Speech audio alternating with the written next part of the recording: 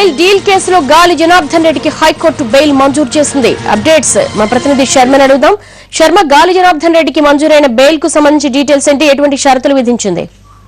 Obulapuram mining కేసులో గాలి జనార్దన్ రెడ్డి ప్రధాన నిందితుడు. ఈయనకు హైకోర్టు బెయిల్ మంజూరు చేసింది. కానీ బెయిల్ మంజూరు చేసినప్పటికీ ఆయన జైలు నుంచి విడుదలయ్యేటువంటి అవకాశం లేదు. ఎందుకంటే బెయిల్ డీల్ కేసులో మాత్రమే గాలి జనార్దన్ రెడ్డికి హైదరాబాద్ హైకోర్టు బెయిల్ మంజూరు చేసింది. ఇంకా ఓబులాపురం మైనింగ్ కేసు ప్రధాన కేసుకు సంబంధించి సుప్రీంకోర్టు ఆ కేసుకు సంబంధించి తన బెయిల్ విషయంలో పెండింగ్ లో ఉంది. కాబట్టి ఇప్పట్లో అతడు బయటకు వచ్చేటువంటి అవకాశం లేదు. గాలి జనార్దన్ రెడ్డి ఓఎంసీ అరెస్ట్ అయిన తర్వాత బెయిల్ నుంచి బెయిల్ తీసుకొని బయటకు పడేందుకు అనేకమైనటువంటి తప్పుడు మార్గాలు ఎంచుకున్నాడు. ఒక న్యాయమూర్తిని ఆయన బెయిల్ ద్వారా కొనుగోలు చేసేటువంటి ప్రయత్నాలు చేసి అందులో సక్సెస్ అయ్యాడు. అప్పటి సిబిఐ కోర్టు న్యాయమూర్తి పట్టాభి రామయ్య ఇతనికి బెయిల్ మంజూరు చేశారు ఓబులాపురం మైనింగ్ కేసుకు సంబంధించి. ఆ సమయంలో సిబిఐకి కొంత అనుమానం వచ్చి లోతుగా విచారణ జరిపినటువంటి సమయంలో న్యాయమూర్తికి సుమారు 20 కోట్ల రూపాయలు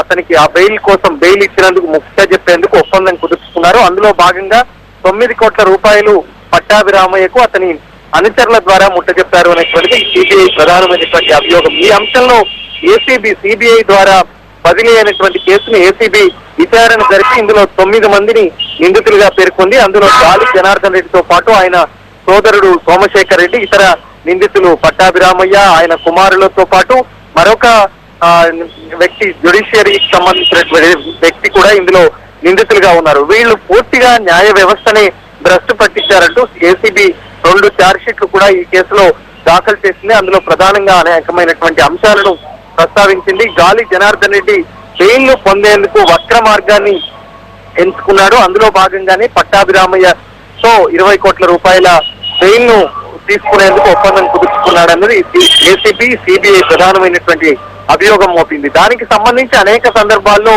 ఈ కేసుకు సంబంధించి విచారణ జరిగింది. ఇందులో ఛార్జ్షీట్లు కూడా దాఖలయ్యాయి. సుమారు 2 సంవత్సరాలు బెయిల్ డీల్ కేసుకు సంబంధించి కొనసాగింది. కాబట్టి ఇప్పుడు బెయిల్ ఇవ్వాల్సినటువంటి అవసరం ఉంది అనేటువంటిది మరోసారి హైకోర్టులో గాలి జనార్దన్ రెడ్డి దాఖలు చేసుకున్నారు. ఆ నేపథ్యంలో ఏసీబీ కూడా పెద్దగా వ్యతిరేకం వ్యక్తం చేయలేదు. ఎందుకంటే కేసు విచారణ కూడా పూర్తి అయింది కాబట్టి ఇంకా ట్రయల్స్ కొనసాగేటువంటి అవకాశం ఉంటుంది అనేటువంటి విషయాన్ని కూడా ఏసీబీ చెప్పిన నేపథ్యంలో హైకోర్టు ఈ బెయిల్ ను మంజూరు చేసింది.